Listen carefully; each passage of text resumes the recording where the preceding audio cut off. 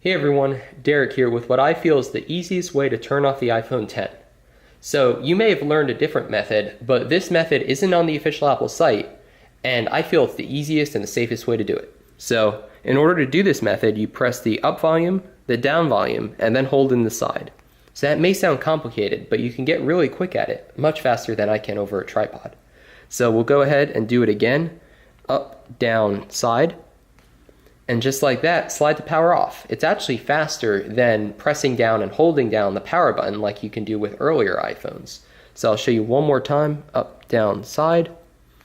And no chance to accidentally take a screenshot. So if you do it a different method, you can see here, you can accidentally call SOS if you hold it down too long or swipe that. You could accidentally take a screenshot if you release it too quickly. And great, now you're locked out of your phone. You have to enter your PIN. So that's why I prefer the up-down side method to turn off your iPhone X.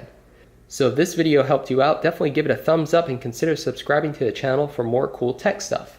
If you know of a better way, leave it in the comments below and let's help each other out. So thanks for watching, and I hope to see you in a future video soon.